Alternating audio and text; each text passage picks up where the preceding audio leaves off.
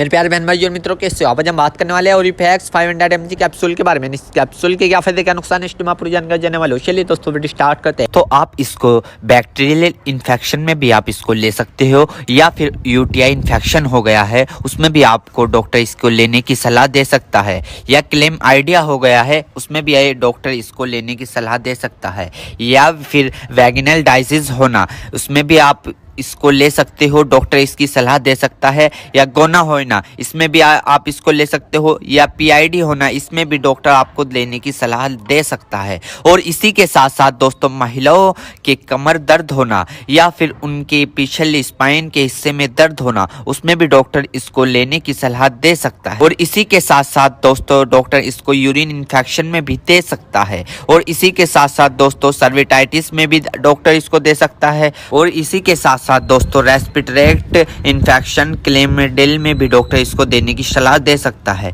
या फिर निमोनिया हो गया हो उसमें भी डॉक्टर इसको सलाह देने की दे सकता है। और इसी के साथ साथ जुखाम हो गया हो उसमें भी डॉक्टर इसको लेने की सलाह दे सकता है, या गोनोकोया लंग्स इन्फेक्शन हो गए हो उसमें भी डॉक्टर इसको लेने की सलाह दे सकता है। और इसी के साथ साथ दोस्तों सर्विटाइटिस लंग्स यानी कि सूजन आ जाना, फेफड़ों पर सूजन आ जाना, पानी आ जाना, पस भर जाना उसमें भी डॉक्टर इसको देने की सलाह दे सकता है, या निमोनिया हो जाना उसमें भी डॉक्टर इसको देने की सलाह दे सकता है, या बुखार हो जाना, टाइफाइड बुखार हो जाना, बुखार बार बार उतरना बार बार चढ़ना उसमें भी डॉक्टर इसको देने की सलाह दे सकता है, या ब्रोंकाइटिस हो जाना, खांसी हो जाना, हार्ट अटैक कम हो जाना इसमें भी डॉक्टर इसको देने की सलाह दे सकता है, टाइफाइड ज़्यादा हो जाना इसमें भी डॉक्टर इसको देने की सलाह दे सकता है। और इसी के साथ साथ छाती में पेन हो जाना यानी कि छाती में खांसते वक्त पेन होना उसमें भी डॉक्टर इसको देने की सलाह दे सकता है, या बुखार के कारण छाती में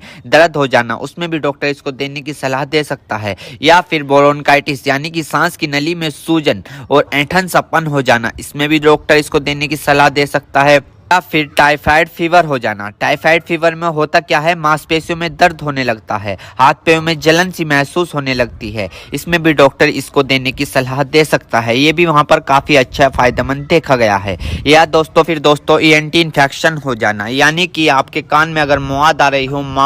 रही हो या फुंसी निकल गई हो उसमें भी डॉक्टर इसको देने की सलाह दे सकता है, या नोजिया हो गई हो, बार बार जुकाम हो रहा हो उसमें भी आपको डॉक्टर देने की सलाह दे सकता है, या दांतों में कहीं पस बन रहा हो उसमें भी डॉक्टर इसको देने की सलाह दे सकता है, या सॉफ्ट इन्फेक्शन हो गया हो उसमें भी डॉक्टर आपको इसको देने की सलाह दे सकता है, या स्किन इन्फेक्शन हो गया हो, स्किन इन्फेक्शन यानी एलर्जी इचिंग फंगस हो गए हो उसमें भी डॉक्टर इसको देने की सलाह दे सकता है, या बोन जॉइंट बैक्टीरियल हो गया हो उसमें भी डॉक्टर इसको देने की सलाह दे सकता है, या टॉन्सिल हो गए हो। आपने कई बार देखा होगा ज्यादा नज़ला होने के कारण या गले में खराश होने के कारण कभी कभार आपके टॉन्सिल होने लगते हैं उसमें भी ये काफी फायदेमंद सामने देखने को मिला है। और इसी के साथ साथ आई इन्फेक्शन हो जाना या फिर आई फ्लू जो अभी पीछे चला था वो हो जाना उसमें भी डॉक्टर इसको देने की सलाह दे सकता है, या चोट लग जाना, इंजरी हो जाना, इंजरी यानी कि चोट लग गई हो, कहीं से जख्म हो गया हो, टांके नहीं सूख रहे हो उसमें भी डॉक्टर इसको देने की सलाह दे सकता है।